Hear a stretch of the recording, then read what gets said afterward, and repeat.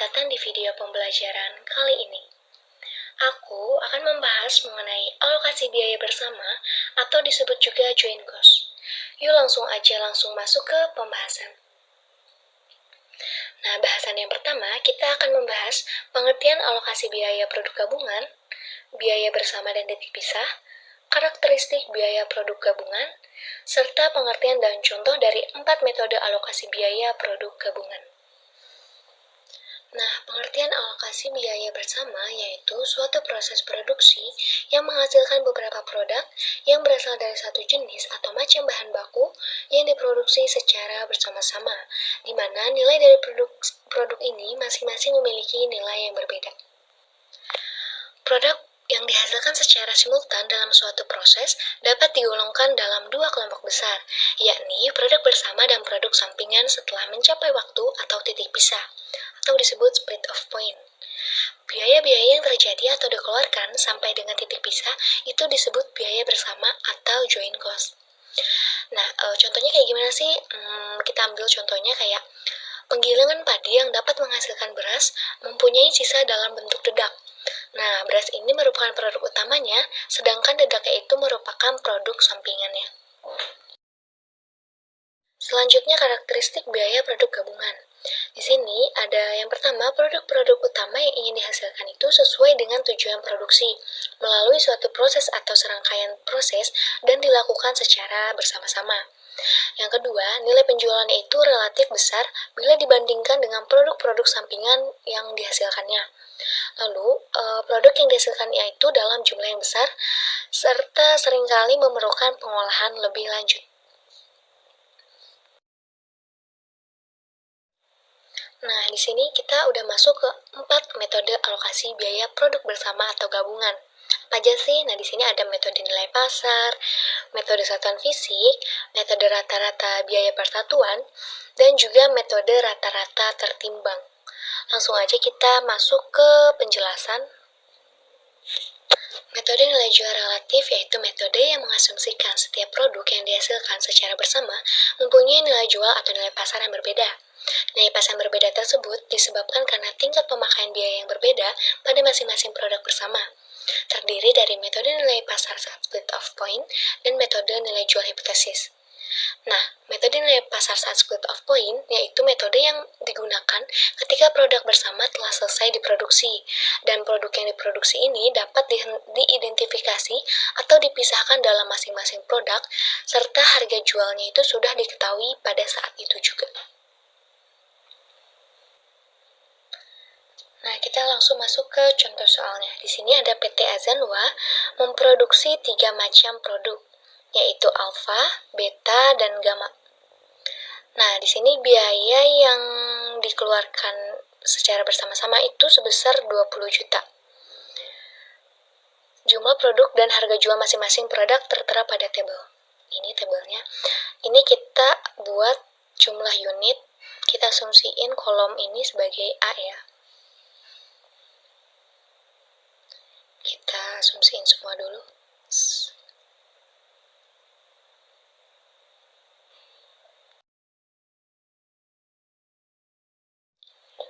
Nah, ini kita udah buat perumpamaan tiap kolom. Nah, jadi yang pertama kita akan mencari nilai jual.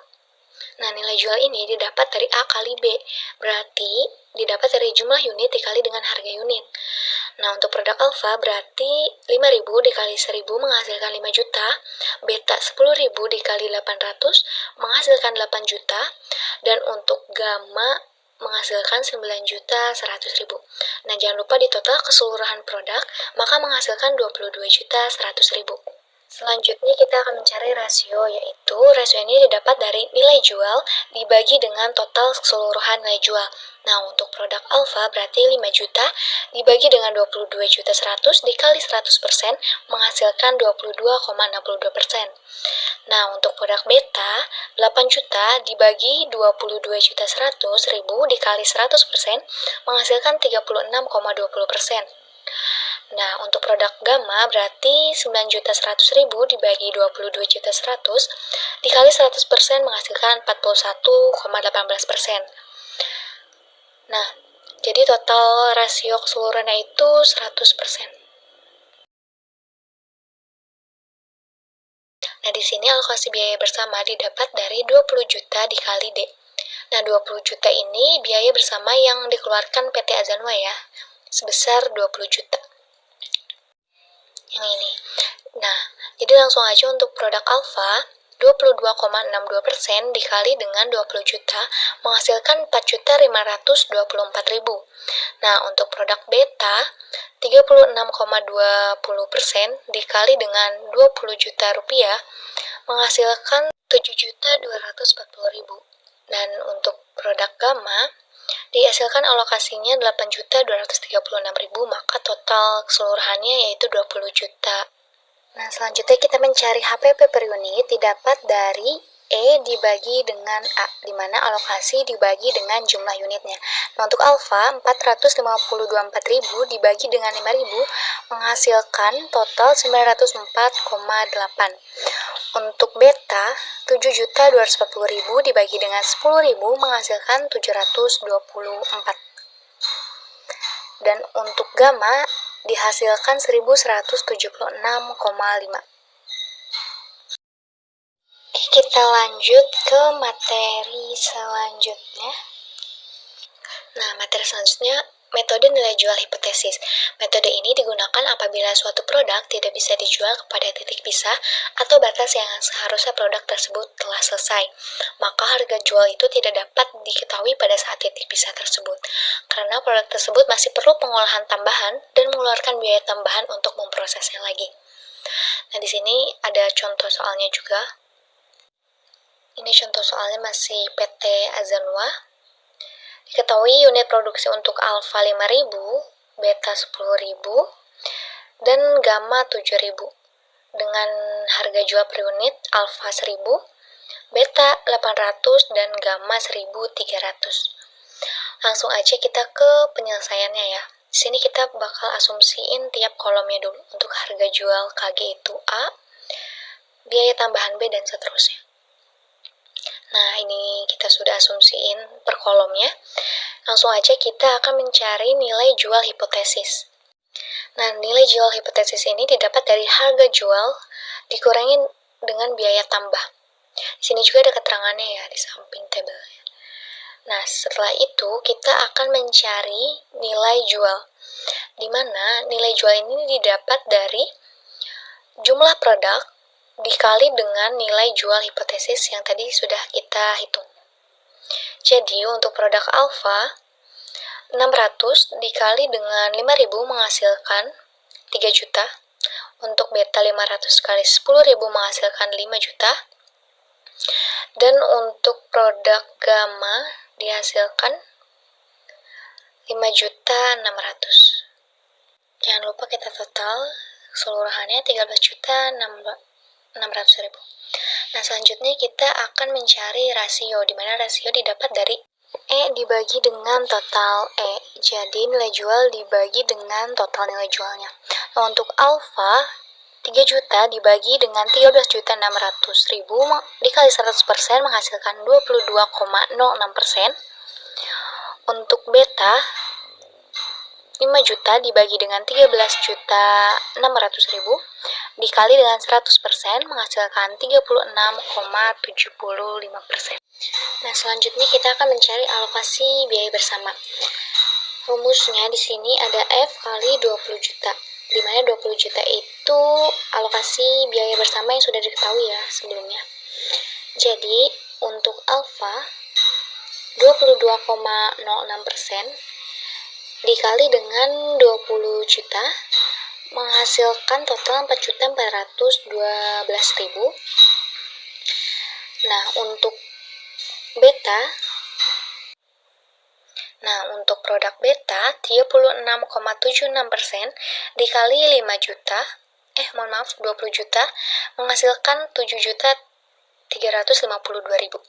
Dan untuk produk gamma dihasilkan 8.236.000. Selanjutnya kita mencari HPP per unit, yaitu alokasi dibagi dengan jumlah produknya. Jadi untuk alfa, 4.412.000 dibagi dengan 5.000 menghasilkan 882,4. Untuk beta 7.352.000 ini dibagi dengan 10.000 dihasilkan 735,2. Dan untuk produk gamma 1176,5. Selanjutnya metode satuan fisik. Nah, metode satuan fisik ini menentukan harga pokok bersama sesuai dengan manfaat yang ditentukan oleh masing-masing produk akhir. Dalam metode ini, biaya bersama dialokasikan kepada produk atas dasar koefisien fisik, yaitu kuantitas bahan baku yang terdapat dalam masing-masing produk. Koefisien fisik ini dinyatakan dalam satuan berat, volume, atau ukuran yang lain. Langsung aja kita masuk ke perhitungan. Berikut data produk yang dihasilkan dari 1 ton batu bara yang menghabiskan biaya sebesar 1 juta. Untuk kuantitas pon dari produk kokas, batu bara, gas itu sudah diketahui dari soal dengan jumlah 2000. Langsung aja kita akan mencari presentase. Jadi presentase ini didapat dari A dibagi dengan jumlah A. Jadi untuk kokas itu didapat dari 1.200 dibagi dengan 2.000 lalu dikali 100%, maka menghasilkan 60%. Untuk produk batu bara didapat dari 300 dibagi dengan 2.000 dikali 100%, maka menghasilkan 15%. Dan untuk gas itu didapat sebesar 25%. Selanjutnya kita masuk ke alokasi biaya bersama. Didapat dari presentasi itu dikali dengan alokasi biaya bersamanya yang sudah diketahui ya, sebesar 1 juta.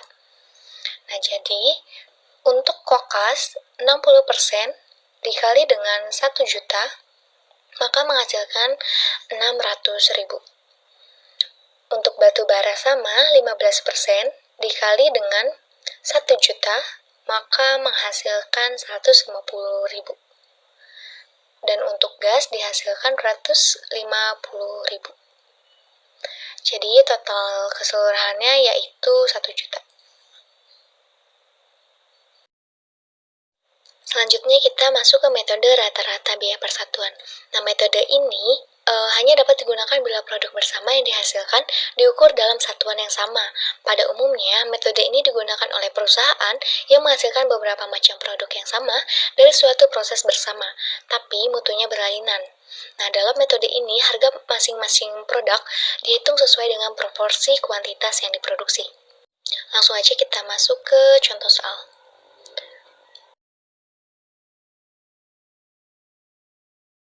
Di sini, suatu perusahaan menghabiskan biaya 2 juta untuk memproduksi 1.000 liter produk dari minyak mentah.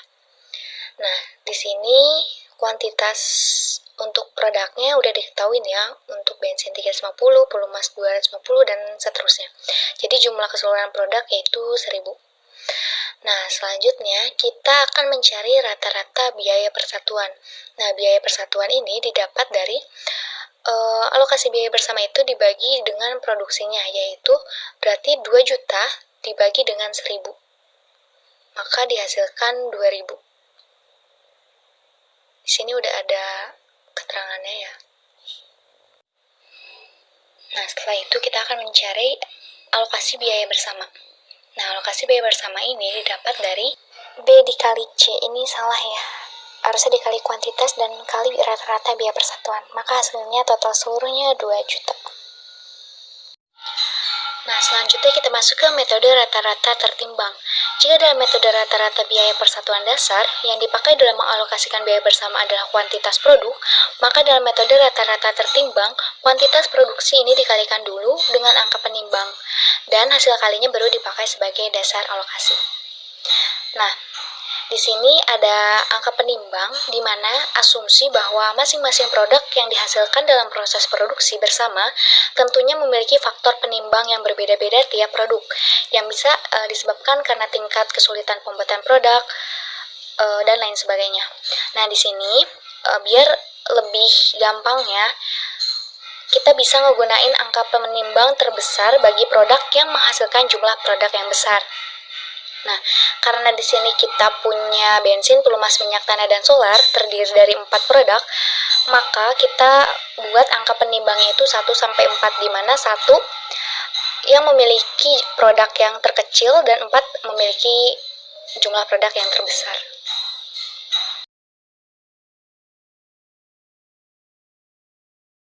Selanjutnya, karena jumlah produk sudah diketahui pada soal, di sini jumlah produk itu dikali dengan angka penimbang, di mana 350 itu dikali dengan 4 menghasilkan 1400 untuk bensin, dan untuk pelumas 250 kali 2 menghasilkan 500, minyak tanah menghasilkan 900, dan solar menghasilkan 100, dengan total sebesar 2.900. Nah, sekarang kita mencari alokasi biaya bersama, di mana alokasi biaya bersama ini didapat dari C atau jumlah produk kali angka penimbang yang tadi kita sudah hitung dibagi dengan totalnya dikali dengan 2 juta, di mana 2 juta merupakan alokasi biaya bersama yang dikeluarkan. Nah, jadi untuk bensin itu didapat dari 1.400 dibagi dengan 2.900 dikali 2 juta menghasilkan 965.517. Ini dibagi dengan ini dikali dengan 2 juta. Ini hasilnya 965.517. Nah, untuk pelumas 500 dibagi dengan 2.900 dikali dengan 2 juta. Hasilnya 344.826. Nah, selanjutnya untuk minyak tanah 900 dibagi dengan 2.900 dikali 2 juta menghasilkan 620.689. Dan untuk solar menghasilkan 68.966. Maka total alokasinya 2 juta. Nah, teman-teman, mungkin cukup sampai di sini video pembelajaran kita kali ini mengenai alokasi biaya bersama. Sampai bertemu di video pembelajaran selanjutnya. Wassalamualaikum warahmatullahi wabarakatuh.